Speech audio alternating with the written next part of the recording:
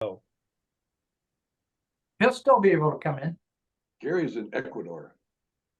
Gary's in So, yeah. So we'll be lucky to, if we see him, you know, usually he doesn't contribute too much. All right, it's about time. That's what this movie is. It's all about time. It's a British American science fiction action film. So came out in 2010, written, co-produced, and directed by Christopher Nolan. And it's got a great ensemble cast, really. Ken Watanabe, who is an international star, and this was his first movie to have just an English-speaking part. Joseph Gordon-Levitt, Marion Cotillard, Elliot Page, credited as Ellen Page. I don't know if you guys know this, but that character was in the film Juno as a woman, as a young girl who was pregnant. Right. And he came out as a trans male, was born female, but came out as a trans male in 2020. And so now they, in later years, they just say Elliot Page, but in the original credits, he was Ellen Page. Tom Hardy, Dilip Raoul, Cillian Murphy, Tom Berenger, and Michael Caine.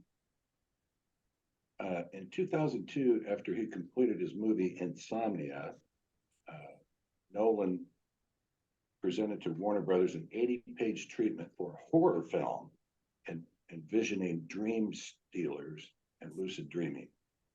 After he talked to them a bit, he realized that he needed more experience before tackling a giant film like this, and he shelved the project and worked on Batman Begins, The Prestige, which starred Hugh Jackman and Christian Bale. I don't know if you guys ever saw that one, but it was about two magicians. And The Dark Knight in 2008. Then he went back to Warner and in 2009, and Warner purchased the treatment, and they started production in June of 2009. It was filmed in six different countries, and it started on June 19th and ended on November 22nd. Its official budget was $160 million, and its gross worldwide was 828, making it 828 million, making it one of the highest grossing films of all time. A lot of critics think that this movie has established itself as a new era for film, from its bombastic horn-filled scores to its fantastic special effects. A lot of movies have tried to copy it. The premise is that dreams can be constructed, manipulated, and shared, and this has created a group of people who are professional extractors who work to exploit these dreams and steal ideas from people.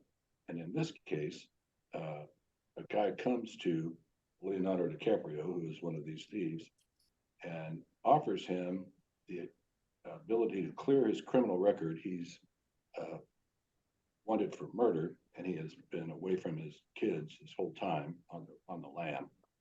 If he can plant the idea in somebody's brain, which happens to be Cillian Murphy, and then that's when the fun begins. They create a 3-layered dream, and we learn from exposition in this movie. And I was really glad there was a lot of exposition in this movie. The original screenplay did not have any. It was long and it was exciting, but nobody explained anything to anybody. And this movie, there's a lot of exposition where the different characters ask each other, what's going to happen if we do this? What if we kill this guy now? Is that going to work and whatever? And so actually, the Elliot Page character kind of plays the audience in a lot of ways because she's new to the group. She doesn't really understand the process. And so she asks a lot of questions, and DiCaprio does a lot of explaining to her. Part of the problem is DiCaprio's character is obsessed with his wife's death, and she shows up in anything that he works on as a projection in his dreams. That's why he hires Elliot Page to design this 3-layered dream that they're going to not only go into a dream, but have a dream in a dream, and then try to plant this idea And then there's part of this whole scenario is to get out of this, you have to have a kick where music warns the people that know what's going on, and then simultaneously they all suffer a jolt at the same time, and it wakes them up in all together. And this is another thing that makes the movie kind of exciting. But anyway, this won 4 Academy Awards back in 2011 for Best Visual Effects, Best Sound Editing, Best Sound Mixing, and Best Cinematography. So it's made Christopher Nolan very rich, and it's befuddled critics and audiences ever since. And I'd be interested to hear what you guys think about this whole thing. You forgot to mention Mila Kunis, the wife. That's not Mila Kunis. It's not? That is Marion Cotillard. What? Well, it looked a lot like her. Yeah, no. God. No, she Wow. he calls her Mal Right. in the movie, and she haunts him. He and Mal, of course, got into a thing where they got stuck in limbo. They couldn't come back out, and that was fine by Mal. She just wanted to stay there as long as she could be with him forever. He tried to instill an idea in her head to get her out of there, and it didn't work. She went ahead and committed suicide again. So, but yeah, no, it wasn't Mila Kunis. But I'm just curious to see how you guys reacted to this whole thing. I know that I saw this years ago, and I really didn't get it. Back in the Netflix was DVDs in the mail days, I just thought, well, Christopher Nolan can't be all that bad. He did this not long after Memento. He also wrote and directed Memento, but that was a much smaller movie. He went to Warner Brothers and they said, this treatment you've given us is going to be a couple of $100 million here. Can you handle that? He said, yeah, let me practice for a while and I'll get back to you. But now he's one of the great action film people out there. Terry, what do you think? There was a lot of guns in this. Yeah, I forgot to have my scorecard going. 5 million rounds fired and 200 people shot, explosions, car wrecks, blah, blah, blah. It gets boring after a while, man. Really The train boring. going down the middle of the street didn't excite you any? No, not really. Okay. Like, Do you think that having? Go ahead, Pete. Go ahead, Jeff. it's just too bad that they take something as cool as dreaming and lucid dreaming and they have to use it for nefarious reasons, stealing and money and fucking people up and everything. But it's a pretty cool thing when you get into it. Dreaming, lucid dreaming, and whatever. But I don't know. Yeah, it's I kind mean, of. I couldn't help. Go ahead. Yeah. I couldn't help but think about you, Terry, as I was watching this because of the lucid dreaming and the multiple layers of sort of different mind experience. And I thought about the guns in that context as well, as all those guns were manifestations of their thoughts. They weren't really guns. They were all sort of hallucinations. That doesn't make them not guns, and because the reality within those levels was just as real as anything else until they got completely out. But how did you react to that? Did you think about that with any other viewpoint? It's not really a mitigating factor because you're still seeing it, and the movie is a dream also. I mean, it's all fictional. Everything we watch, every gun death we see is fictional. So that doesn't really mitigate the fact that that's going into your subconscious when you see that stuff. I think about the first person shooters. My son is a game developer, and he hasn't really developed one of those games, but as he was growing up, I would go down to his room repeatedly and say, all these shootings that you're doing here are all imaginary, right? Yeah, Dad. Yeah, I get it. But there was a ton of that, and it was all fictional, of course, and kind of an alternative reality that he could go into and come back out of. It kind of speaks to human nature, though, to want to shoot at people, I guess, in some ways, or that's the culture that we've developed around ourselves.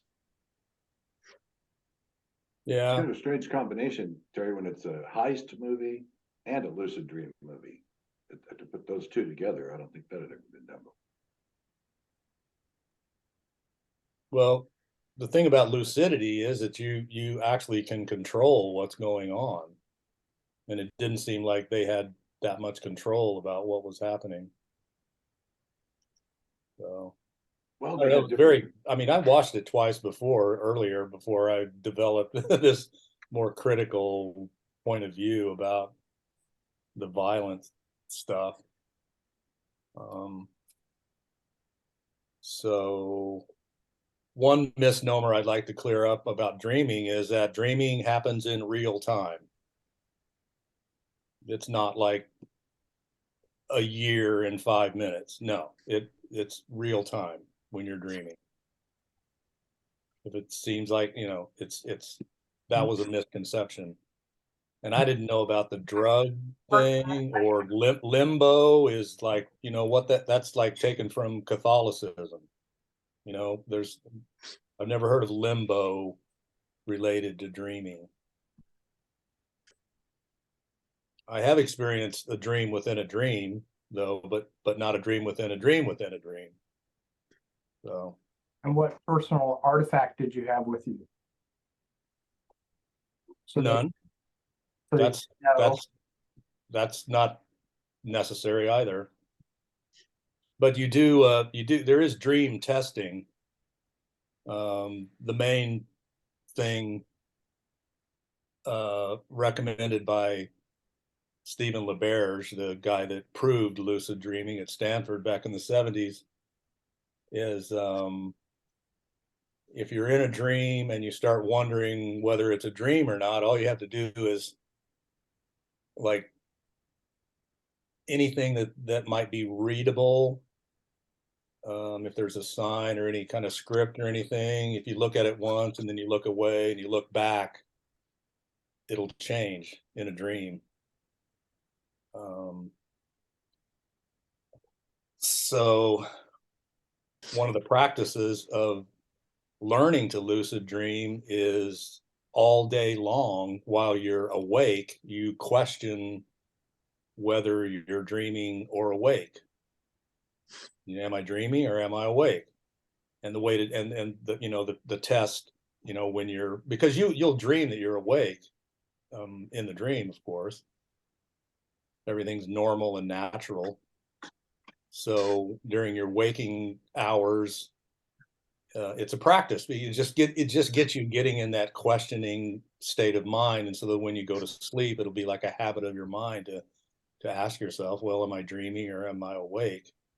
And you know, the sleep dreams are very unstable. I mean, stuff changes all the time, so it's not going to be stable. So if you're awake and you're doing this dream testing, you go, am I awake, am I dreaming, or am I awake? You'll, you know, look at some, like I said, look at some writing, and then look away and then look back, and if it hasn't changed, then you know you're awake.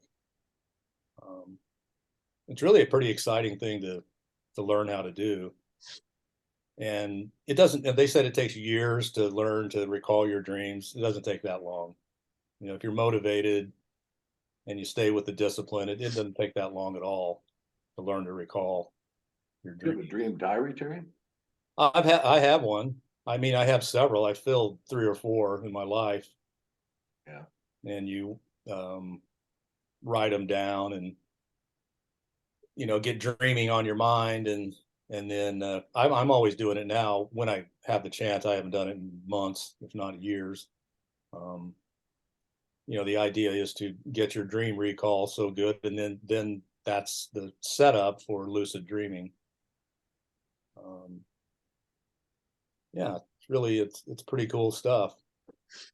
Have you ever heard? I read once about groups of people that would go on like a lucid dreaming retreat, where 8 or 10 people would be guided to go to sleep and all appear in the same dream. I was Shared dreaming, I've heard about that. yeah. Yeah. But this is a long way from that. I mean, it is shared, but it's all fiction. Anybody else? Pete, you were kind of trying to get in there. I'm just going to say the movie was visually stunning, cinematically and everything else, but movies like this make me feel like a complete idiot. It's like The Matrix, and all other movies of that genre. I mean, I was lost. Hell, I'm lost listening to this conversation tonight about dreaming. So I guess I'm just not wired that way. You know what I mean? I can't. I think I'm a pretty semi-intelligent guy, but this is just this. I don't speak the language. It was pretty detailed. It was, I mean, yeah. it was hard to go into the third level of dreams and where they were at. I really had the very same feeling watching it this time that I did when I went to see it the first time. I wondered if it would change, but it was the same. It was so detailed that I had a hard time following where I was at, and what they were trying to do. But I mean, I hung with it, and the acting was good, the effects were good. So I mean, I think it was a good movie to watch as a group and all that. It just pretty tough. It reminds me of his other Batman movies, and like kind of the action that's going on in the background and the interaction of characters and everything, and kind of like what you were saying, so many of Nolan's characters show up in other movies, like Michael Caine. He played Alfred in the movie before and the movie after, I think, and he had kind of a similar role here. So he likes to use a lot of the same people. Yeah, I was surprised Christian Bale wasn't in it. So, Mike, you said that Nolan developed. He wrote a treatment, as you call it. Is that just kind of like a little outline of the story, what he envisions the story to be about, and that's what he sells to the studio, right? Basically. The treatment is kind of it's not a screenplay, right? But it's not storyboarding. It's kind of like in between those. Okay. There's very few directors that actually storyboard. Hitchcock used to do that. He had 2 years between every movie he did at least, because he storyboarded every single shot. And then when he went out to shoot it, he knew exactly what he wanted and he knew how it was going to get done. So I could have checked this myself. I didn't. Did Nolan write the script for this movie? Is he? Yes. Did he author this thing himself? Yes. He wrote it and co-produced it with his wife. Okay. And he did the same thing with Memento. I think he wrote that also. Okay. Written and directed by him. But yeah, and Sanders, didn't this start? Because I did read about it. Didn't this start as he thought it was going to be a horror movie rather than sci-fi, right? Right. And he decided to make it a heist movie instead. I don't know why it would be a horror movie. I guess instead of lucid dreaming, it would be lucid nightmares or something. That is true, Mike. That's what he had in mind to begin with. Just to put a punctuation, Pete, for you on treatments, there's a famous case involving the movie Coming to America, where someone wrote a treatment for it, and it was only 15 pages, but it's kind of like a way to say this was my idea. They ignored that deal and then went ahead and did it themselves and lost in a lawsuit later because that person had presented this to them. So a guy like Nolan, who can deal with the different studios and things, they're all for buying treatments whenever they can. Yeah. And not having to wade through an entire screenplay. I think when he really sat down and wrote the screenplay, it was way too long also. There was very little exposition, explaining what's going on, and there was a whole lot of action, and it was about it came in, it clocked in at what, 2 hours and 20, and I think the original screenplay was around 3 hours, and most studios don't want to go that far. But now he's been a trendsetter for a lot of things. Something I thought was interesting, I'd like to hear what you guys think. A lot of things were punctuated with the sound design, and a guy named, I think his name was Hans Zenner, did the sound design. And he created these, what they call ROMs or bongs, where it's just a bunch of bass going bong, and then that's the end of one scene. I was curious if anybody notices that anywhere else in other movies. In other movies? Yeah, and I'll tell you where I've heard it. I've seen it is in Yellowstone. Almost all the Yellowstone, the Taylor Sheridan pieces, they all have a belong in them at several different points where they're coming to the end of a particular scene. It's kind of like where you could put a commercial if you wanted to, because then they're going to come back to something else. But I don't know if that helps or hurts. Did it help in the pacing for anybody, or did anybody even notice? I tried to copy a video of a bong that came from the movie, and it showed it on the screen, but I couldn't get the video to show up on my Zoom. But I think you guys know what I'm talking about. And Dark Knight, he did a lot of that, and now it's almost in every, major action thriller as some sort of, Well, I'm so visually oriented that I have amnesia when it comes to the soundtracks. I don't remember shit. I don't remember anything. Because it's visual for me, and the music is almost irrelevant.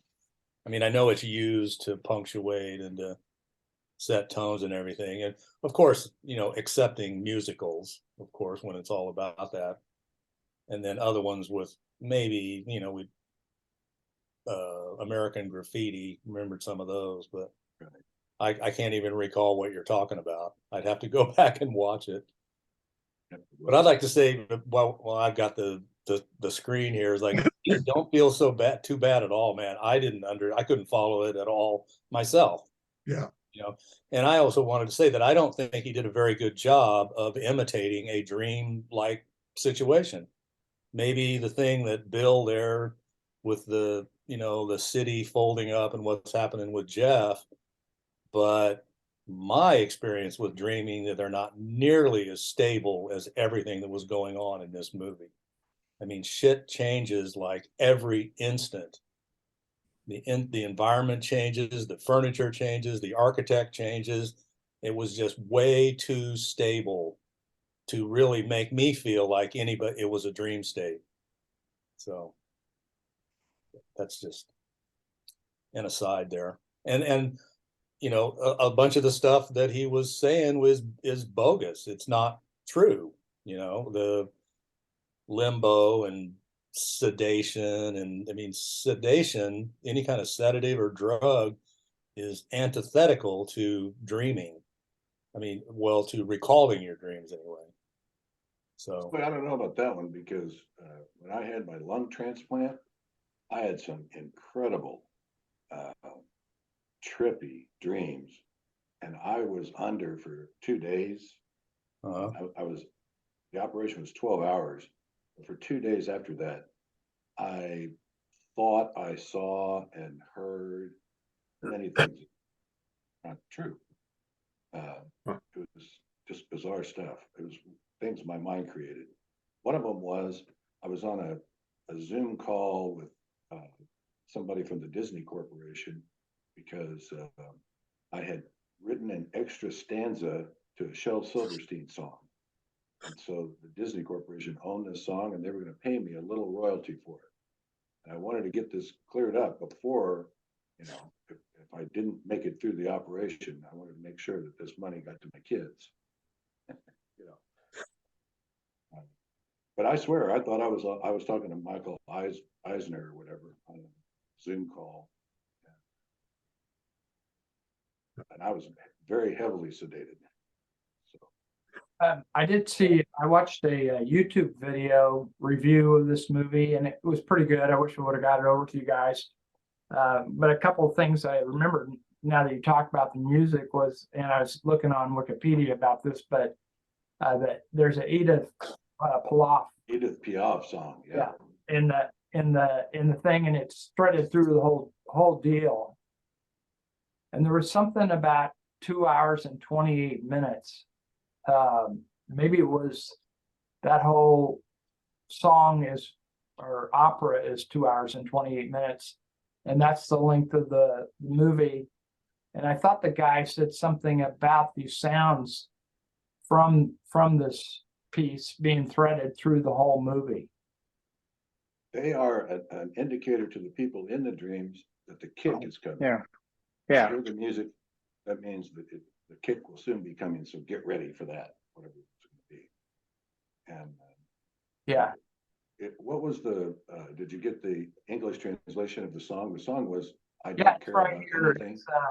It's, no, I regret nothing. I regret nothing. Yeah. Edith Piaf song. The other thing this guy was saying that Elliot or Ellen Page, that her whole role in this movie was to say what or when. She had all these one-word responses throughout the movie, which I really didn't catch at the time, or think of. But I don't know. He had a pretty interesting review. So She what was kind of a her stand-in. what was her skill set? Like Michael Caine presented her to DiCaprio to assist in this enterprise, but what was her specialty? What was her talent? Architect. She created the dream levels. Okay. And her first question to DiCaprio was, "Why don't you do this?" Well, he didn't tell her that he has had the problem of projecting His wife. deceased wife. Yeah. Yeah. Right. Wife would screw everything up, so he didn't want to build it. He was hoping that would keep her out of it, but it didn't. She would still show up. But I guess my question is like, what's her major in college to specialize in this architecture that you speak of? You know what I mean? I mean, what She could where do be you a learn that? she could be a game developer where she develops levels inside a action game. Yeah, that would work. Well, didn't they have a scene where they first met? Yeah, Michael Caine introduced it. Yeah. Yeah. And One he of took his her off students. to kind of show. Yeah. He has her drawing mazes and that type of thing. That's how DiCaprio's checking her out. She seemed to pick things up pretty quickly. Like she's barely with the guy and she's already asking questions like she's been involved with this for years, which made me feel stupider than I already felt watching the movie. He commented on that she was a very fast learner and she picked it up faster than anybody ever had. So it made her a perfect candidate for the part she was playing. Then she also would say, "What?" So When? I read a reviewer who said she's kind of a stand-in for the audience. When it gets really complicated, she'll say, "Why are we doing this? Yeah. Why can't we do that?" If you follow her, she'll get you through some of the tougher spots, I guess. I can't imagine this without all the exposition. It did get dizzying as they're explaining all the rules to the Matrix. Yeah. It's kind of like the Matrix on steroids almost. Exactly. Yeah. But anyway, I just when I was looking for movies, Kind of movie. Yeah. say what, Bill? It felt a lot like The Matrix. I think this guy, he even compared it to The Matrix. And Well, all that stuff where they were weightless in the chambers, the fight scenes and so forth were very reminiscent of The Matrix, where they were just bouncing off different walls and bending over backwards and all that stuff. I mean, filmmakers have to get cross pollination from another for all that kind of special effects stuff. I was going to ask Terry, do you think that lucid dreaming acts as a place where artists can go and harvest inspiration? Definitely. Definitely. You can do it in regular dreams also, just program yourself or to come up with art ideas, or they come unbidden, they appear. But yeah, in lucid dreams you can train yourself to do all sorts of things. You can learn things, you can solve problems, come up with new art ideas. It's very cool once you learn Musicians, what. yeah, musicians talk about waking up from a dream with a melody in their head and rushing to either record it or write it down so that it doesn't escape, because like many dreams, it's gone if you don't do something to capture it. One of the most famous examples that's always used in dream books is Jekyll and Hyde was dreamed by, who was it? Robert Louis Stevenson that wrote Jekyll and Hyde. Anyway, he dreamed Sounds right. that whole thing, and then there's other things that were being dreamed, and unfortunately the person got took an afternoon dream, and they're dreaming a song or whatever, and they get awakened, and they lose it. But yeah, dreaming is very fertile place. Life problem solving, learning things, even maybe diagnosis of your malady, your disease that you have that no one can figure out what it is. You might be able to, because your subconscious is hooked into that, might be able to give you some clues. The guy that figured out the structure of the benzene ring in organic chemistry dreamt that. Exactly. Right. Yeah, that's another example. Oh, and then the other famous one is the guy was it Elias Howe or whoever invented the sewing machine? Initially, the hole in the needle was in the middle of the needle. He couldn't figure out how to do it, but then he had a dream, and he was surrounded by angry natives, all carrying spears with a hole at the end of the spear in the point. And that's where he got the idea to put the hole in the end of the needle in the sewing machine. Yeah, there's a lot of cool stuff that was, scientific and artistic things that have been solved in dreams.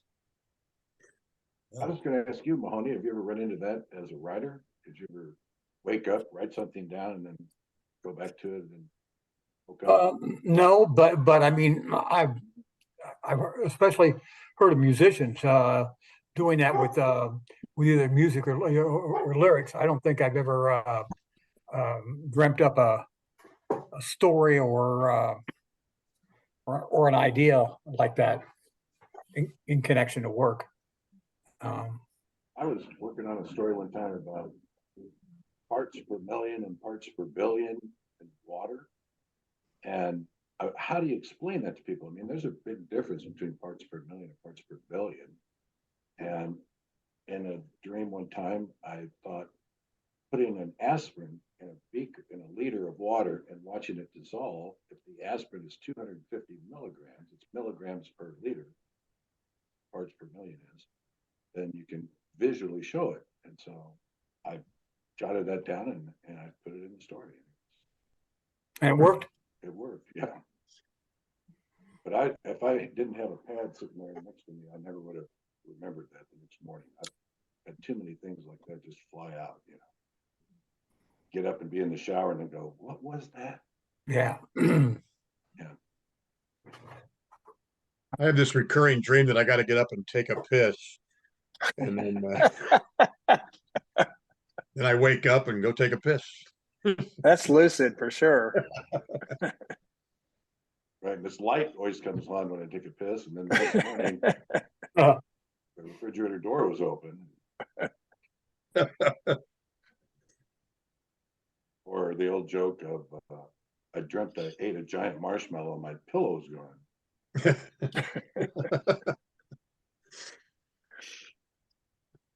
I looked up this thing on 10 questions about Inception, and there's only probably a couple of them, but one of them is, what are the dreaming rules within Inception? And there's 4 answers. Dying in a dream is a kick and wakes you up 1 layer anyway. And then 2 is dying in a dream, in a deep dream, sends you to limbo. 3 was dreaming in too many layers, too deeply sends you into limbo. And the 4th one is dying in limbo wakes you up totally. Did you guys pick up on that? You Some give of me that, too but much not all. credit, Bill. I know. I mean, weren't they afraid that if they died in the deepest layer, they would never wake up? That's what I thought, but I was confused about that too. This one says dying in limbo wakes you up totally. Maybe that means forever. They would never be able to play the game again. He spent some time explaining to Elliot Page, or Ariadne is what the character's name, about how he was in limbo with his wife for 50 years. 50 years, yeah, 50 years. And they Right. created their own universe, and he's showing it to her. They're walking by, and you did this? Yeah, we did this. Wasn't the seed that he planted in her head something to do with her dying? And that's what prompted her to go ahead and commit suicide. You know, he talked about if you put an idea in somebody's head, it can grow like a virus. And I think that was his huge regret. His guilt and everything was from planting that idea in her head and then losing her. It also led to him being an outcast from the country and unable to go back because he was thought to have murdered her. Right? Yeah, somehow she framed him with a suicide note or something. She said she left a note, she wrote a letter and gave it to her attorney in case she died, that accused him of that. So. Unless he died with her, unless he would jump at the same time she did or something like that. Yeah, right. Right. Also, from this YouTube video, he never saw the kids' faces until the very end of the show. Right. And Right. I think that was his internal dream that he was afraid of. He didn't want to look at the kid's face, or he didn't see the kid's face. So he was never really sure they were alive until the end of the show. And then they kind of went over to the spinning top deal. And remember how it's kind of wobbly? And that was like to kind of leave you in limbo as to whether he was in a dream or not in a dream. But I think this YouTube video speculated he was not in a dream. He was in reality because it never fell over. But that was the big conclusion to the movie, that he was reunited with his children. At least that's how I took it. But was he just dreaming it? Huh? Well, I thought was he just the dreaming it? Yeah, go ahead, Terry. Well, yeah, I mean, that's what the spinning the top was to, did it really happen? And did he really, was that real, or was he dreaming? And that's why the spinning top, it left you didn't see if it fell over, which means it was reality, because only in the dream would it continue to spin and never fall over. Yeah, it was like a happy ending. Yeah. As happy as you can get in an action thriller like that. Yeah, it's hard to top that. Oh, nice.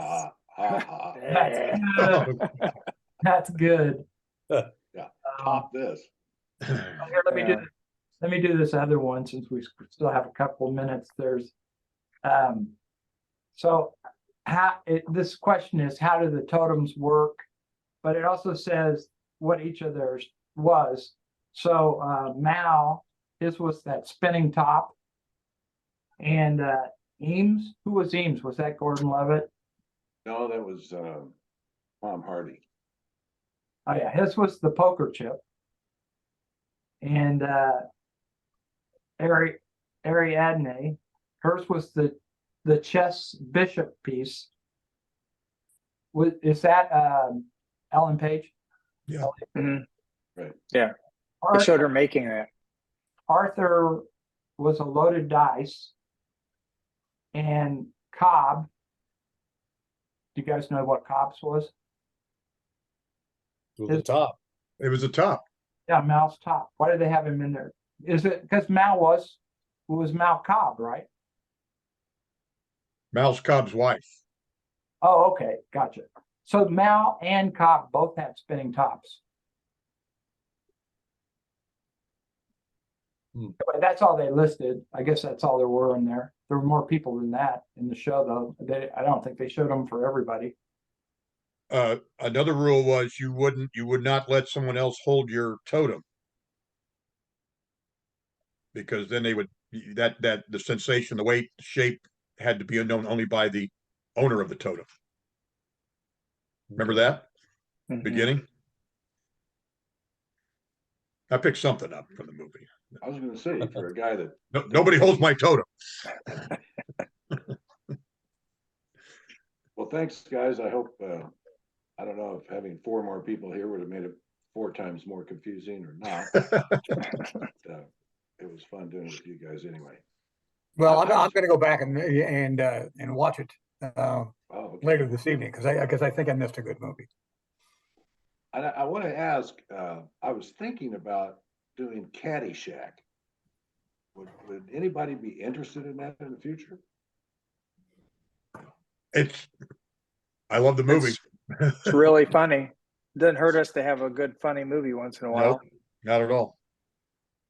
I don't know why, whenever I think of stuff like that, then I get right down to picking, I go, well, it's not really a discussion movie, you know, we're talking. Comedy's difficult to dissect, you know. But The spiritual relevance of whack-a-mole. there you go. Or, you know, Bill Murray being our spiritual leader. Yeah, that's true. One thing I learned. The nice thing, you got 10 weeks to figure it out. You know, and Or you, it might. Right now, it's only 6, depending on who shows up. Any recommendations, since we are towards the end of the show? I just want to say, not a recommendation. I watched Tetris, the movie Tetris, very enjoyable. That was a great little movie. yeah, Only because I spent some time in the electronics industry, so I was in Vegas for electronics shows during that era, and I that was an enjoyable little film. It really did you was. have any whiff of that, Pete? Was that any like news that was swirling around about it, or basically? I mean, you know, the whole video game thing. You know, I mean, companies like Atari, Nintendo, and Sega, and I mean that they were just so dominant on the Consumer Electronics Show. It used to be in Chicago twice a year, and then somebody got a smart idea and said, "Let's move the January show to Vegas because Chicago in January is not pleasant." And it was there's over 100,000 people that go to the electronics show every year, and you know those guys were kings of the show for a lot of years. So yeah, it was a crazy time. I pretty much remember when Pete brought in a Game Boy. I mean, I definitely remember the Nintendos. Yeah, we're like, my God, look at this! This is fantastic. You know, yeah. Mario run across the screen and jump up and then off the screen. But I remember bringing Game Boys home too, but I didn't realize that Tetris had such a big, you know, connection to Game Boys. Well, I thought the backstory about all the stuff that happened in Russia that was really interesting. So if you guys haven't seen it, it's not a ton of your time. Good little film. It's on Apple, right? I believe so. Yeah.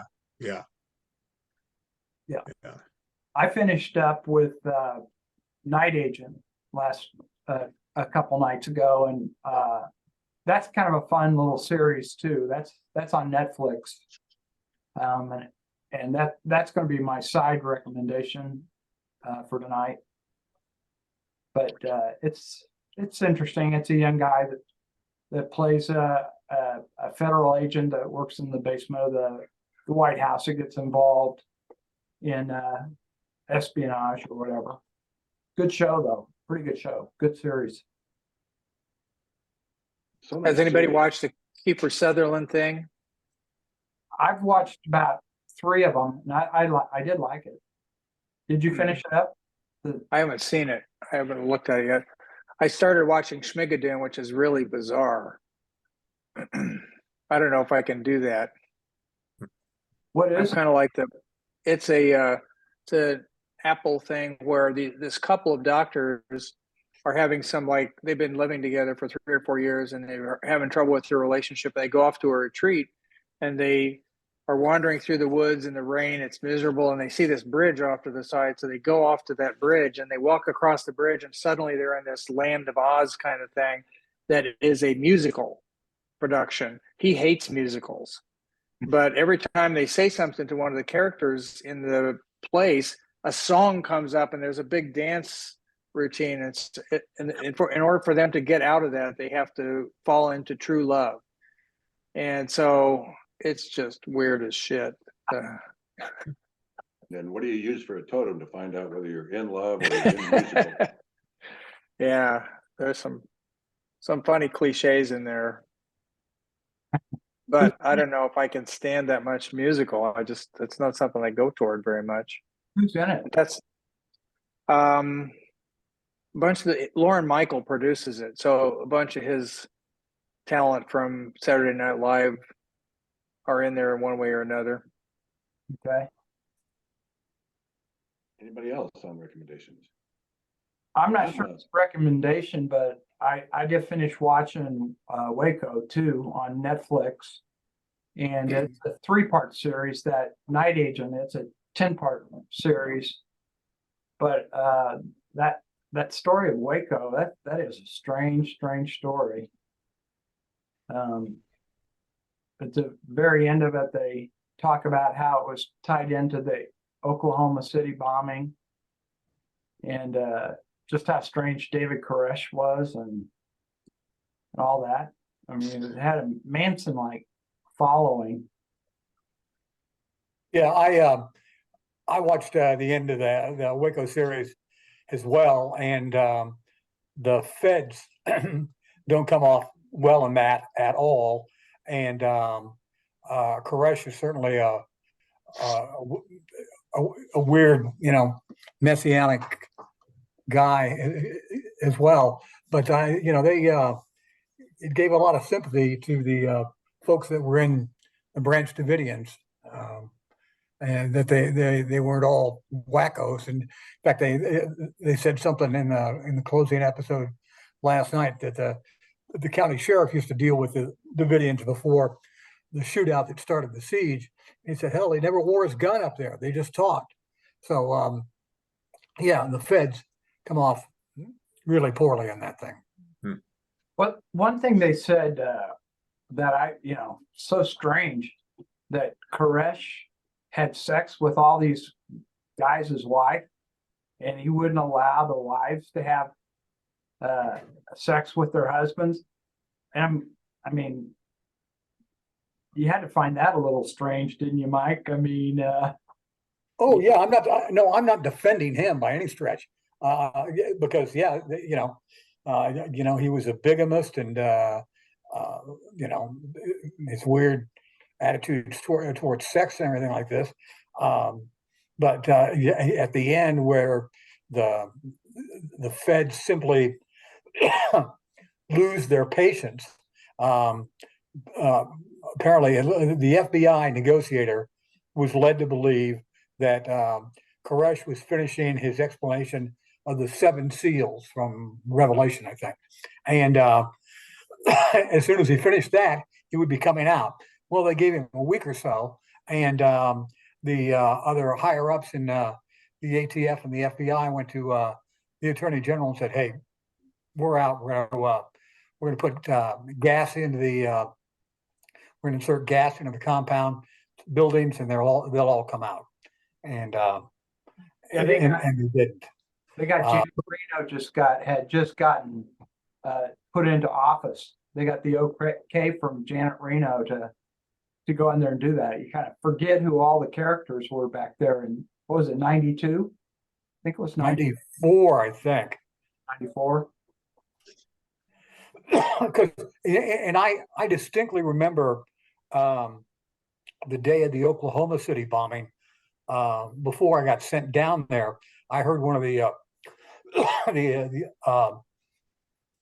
Oklahoma City anchors from their ABC mentioned immediately. They said, "And remember, this is the either first or second anniversary of the siege of Waco."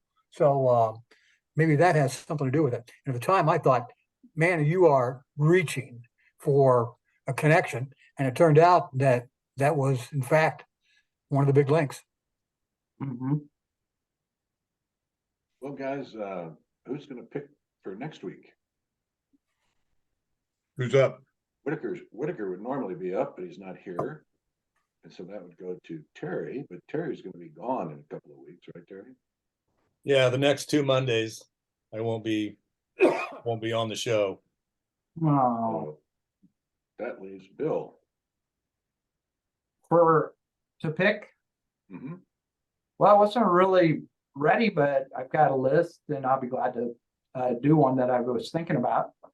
So you go ahead, go. Yeah, Go. Go. Got one.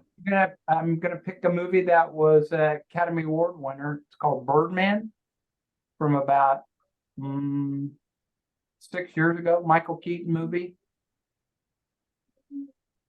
A fantasy. I think will be pretty good. Right. Looking forward to reviewing it again.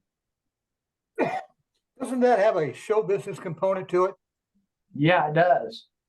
Birdman was actually, of course, Michael Keaton was Batman there for a while, but in this movie he plays a kind of a over the hill character that was the Birdman, and so it's about his life as he's gotten older, I guess. It's been a while since I've seen it, but that's kind of my recollection of it. I read a review about a movie called Paint, which has Owen Wilson in it. It's a pretty new movie. It was in the Wall Street Journal today. He is playing a character that is directly derived from Bob Ross. And so it's about this character and his sort of his milquetoast existence, but how he had this huge influence over all these people. So the reviewer thought it was pretty good. I have no idea what it's really like. Is it out? I think so. Yeah. Probably in theaters right now, but Yeah. On CBS Sunday Morning, like 2 weeks ago, they did a review of that movie. It looked like it'd be pretty good. okay, I'll throw that in there.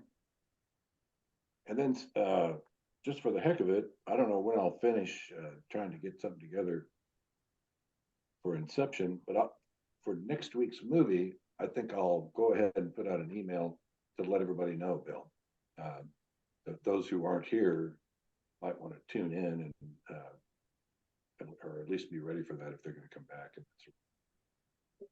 Yeah, get it out to them early so they can Right. Get it out like tomorrow go on. or tonight or something. Yeah. All right, guys. Anything else? I It don't just think doesn't so. seem the same with 6, but hey, you can't always have the Hollywood squares. We don't even have a Paul Lynn. I'll try to get these reviews up on YouTube. People are liking them, I guess, so they can go back and check their notes, see if their notes match up. So Are you sending the link for those? well, I have been recording them, but I haven't gotten out the last 2, so I'll try to get these 3 out here so that we. I send the newsletter to a few people, and one of them said that she really enjoyed the one with Terry when we did Basquiat. I said, I don't know if you would like the film clip of us doing it or not, but here it is. And she said, oh yeah, that was very interesting. What is art? That's worth discussing for an hour. Yeah.